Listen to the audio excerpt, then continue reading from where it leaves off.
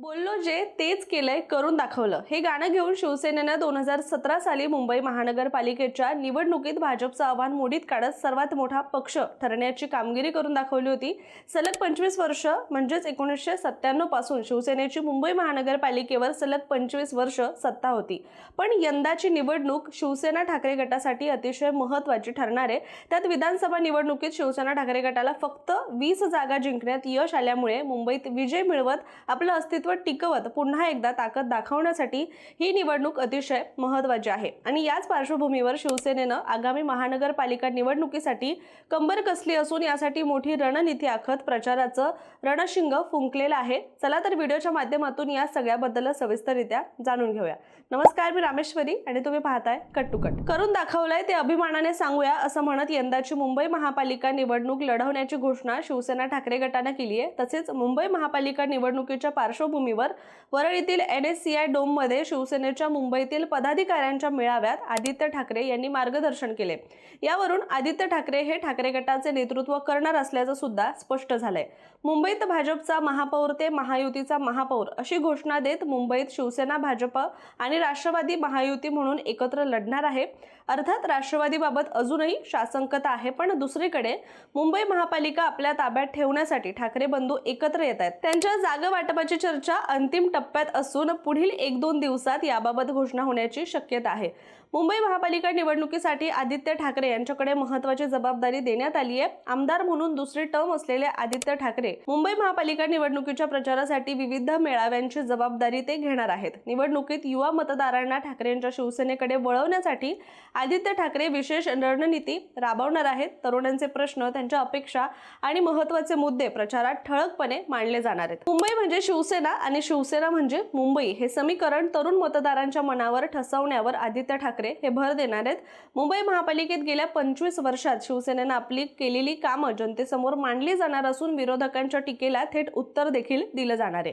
निवडणुकीची घोषणा झाल्यानंतर प्रचार अधिक आक्रमक होणार असून भारतीय बिल्डर पार्टी, फेकनाथ मिंदे अशा शब्दात विरोधकांवर टीका केली जाणार असल्याचं सुद्धा संकेत आदित्य ठाकरे यांनी दिलेत। त्याचबरोबर मनसेला सोबत घेत मराठी विरुद्ध गुजरात असा मुद्दाही प्रचारात पुढे आणला जाणार आहे। युतीची अधिकृत घोषणा झाल्यानंतर मुख्य प्रचाराचा बिगुल वाजणार आहे असं बोललं गेलंय। गेल्या काही दिवसांपासून उद्धव ठाकरे आणि राज ठाकरे यांच्यात अनेकदा भेटी झाल्यात। शिवाय उबाटा गटाचे नेते खासदार संजय राऊत यांनी देखील ठाकरे बंधू युती करणार असल्याचे संकेत वेळोवेळी दिलेले आहेत। अनेकदा ते बोलताना योग्य वेळी निर्णय जाहीर केला जाईल असंही त्यांनी म्हटलं। शिवाय त्यामुळे महापालिका निवडणुकीचा कार्यक्रम जाहीर करण्यात आल्याने हीच तर योग्य वेळ आहे असं बोललं जातंय।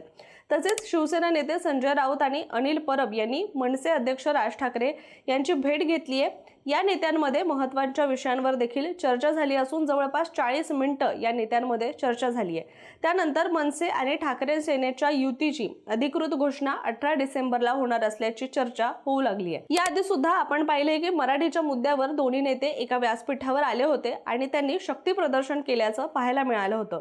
तशाच पद्धतीचे शक्ती प्रदर्शन करून युतीची घोषणा केली जाण्याची शक्यता व्यक्त केली जाते। पण त्याआधी आदित्य ठाकरे हे मेळावे घेत निवडणुकीसाठी पोषक वातावरण तयार करणार आहेत। 2012 साली मुंबई महापालिकेच्या निवडणुकीत आदित्य ठाकरे पहिल्यांदाच अधिकृतपणे प्रचारात उतरले होते आणि त्यावेळी शिवसेना भाजप युती होती। त्या निवडणुकीत शिवसेनेला 75 जागा, भाजपला 31 जागा तर मनसेला 28 जागा मिळाल्या होत्या। आदित्य ठाकरे यांना मिळालेला प्रतिसाद पाहून त्यांच्यावर पुढे मोठी जबाबदारी सोपवण्यात आली। आता मुंबईतील संपूर्ण प्रचाराचे सूत्र, मेळावे, युवकांशी संवाद आणि निवडणूक व्यवस्थापनाची जबाबदारी आदित्य ठाकरे सांभाळणार आहेत। रोजगार, शिक्षण, वाहतूक, घर बांधणी, पर्यावरण, शहरी सुविधा अशा रोजच्या प्रश्नांवर आधारित प्रचाराची आखणी केली जात आहे। तरुणांना पटेल अशी भाषा आणि थेट संवाद हाच त्यांच्या प्रचाराचा मुख्य फोकस असणार आहे किंवा मुख्य उद्देश असेल। शिवसेनेत फूट पडण्याआधीपासूनच आदित्य ठाकरे यांचं मुंबई महापालिकेच्या कामकाजावर बारकाईने लक्ष राहिलेलं आहे। विविध विकास कामं, प्रकल्प, प्रशासक नेमल्यानंतर निर्माण झालेला गोंधळ आणि भ्रष्टाचाराचे आरोप यावर त्यांनी सातत्याने आवाज उठवलेला आहे। त्यामुळे मुंबईकरांच्या अडचणी, नागरी प्रश्न आणि प्रशासनातील त्रुटी यांची त्यांना चांगली जाण आहे. याच अनुभवाचा फायदा प्रचारात कोणते मुद्दे पुढे ठेवायचे हे ठरवताना त्यांना नक्कीच होणार आहेत. 2017च्या निवडणुकीत आदित्य ठाकरे यांनी करून दाखवलंय म्हणत स्वबळावर निवडणूक लढवली होती. त्यावेळी शिवसेनेला 84 जागा तर भाजपला 82 जागा मिळाल्या होत्या. भाजपने आव्हान दिलं असं म्हटलं गेलं, पण प्रत्यक्षात भाजपची वाढ ही काँग्रेस आणि राष्ट्रवादी आणि मनसेच्या जागा कमी झाल्यामुळे झाली होती. 2012 मध्ये काँग्रेसकडे 52 जागा होत्या, त्या 2017 मध्ये 31 वर आल्या. मनसे 28 वरून 7 तर राष्ट्रवादी 13 वरून 9 वर आली. त्यामुळे भाजपचा वाढता प्रभाव शिवसेनेपेक्षा इतर पक्षांसाठी जास्त डोकेदुखी ठरलाय. यानंतर ठाकरे यांनी अपक्ष आणि मनसेच्या नगरसेवकांना सोबत घेत शिवसेनेचं संख्याबळ 100 पर्यंत नेलं. त्यामुळेच भाजपने महापौर पदासाठी हट्ट न धरता विरोधात बसण्याचा निर्णय घेतला. आज शिंदे गट कितीही दावा करत असला तरी सध्याच्या गणितात त्यांना फक्त 70 ते 75 जागांपर्यंतच मर्यादा असल्याचं चित्र आहे. थोडक्यात सांगायचं झालं तर आदित्य ठाकरे यांनी युवा, ज्येष्ठ, पारंपरिक मतदार तसेच अमराठी मतदार सगळ्यांची सांगड घालत मुंबईत सत्ता टिकवली होती. आज पक्ष फुटला असला तरी मुंबईतील असंघटन ठाकरे यांच्याच हातात आहे. त्यातच मनसेची साथ मिळाल्यामुळे ठाकरे गटाची ताकद आणखी वाढलेली आहे. मुंबईसोबतच आदित्य ठाकरे यांचं लक्ष नाशिक, पुणे आणि छत्रपती संभाजीनगर या महत्त्वाच्या महानगरपालिकांवर सुद्धा असणारे. तिथेही ते प्रचार मेळावे घेणार असल्याचं सांगितलं जातंय. मतदार याद्यांमधील घोटाळे, निवडणूक आयोगाची भूमिका आणि निवडणूक प्रक्रियेतील पारदर्शकता या मुद्द्यांवर ते आक्रमक भूमिका घेत आहेत. उद्धव ठाकरे राज्यभर लक्ष ठेवत असताना शहरी महापालिकांची जबाबदारी आदित्य ठाकरे मैदानात उतरून थेट सांभाळत आहेत आणि यात ते यशस्वी ठरले तर त्यांच्या नेतृत्वावर शिक्कामोर्तब होणार आहे. त्यामुळे ही निवडणूक आदित्य ठाकरे यांच्या नेतृत्वाची मोठी कसोटी देखील मानली जाते. 1971 साली हेमचंद्र गुप्ते हे शिवसेनेचे पहिले महापौर झाले.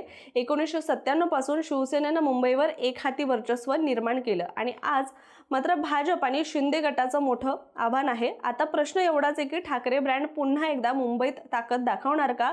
सेना भाजप युती ठाकरेंना धक्का देणार का? की ऐनवेळी वेगळंच राजकीय चित्र उभं राहणार आहे? हे पाहणं महत्त्वाचं ठरणार आहे. मात्र याबद्दलचं तुमचं मत काय? कमेंट करून नक्की सांगा आणि अशाच माहितीपूर्ण व्हिडिओसाठी कट टू कटच्या YouTube चॅनलला सबस्क्राईब करायला विसरू नका.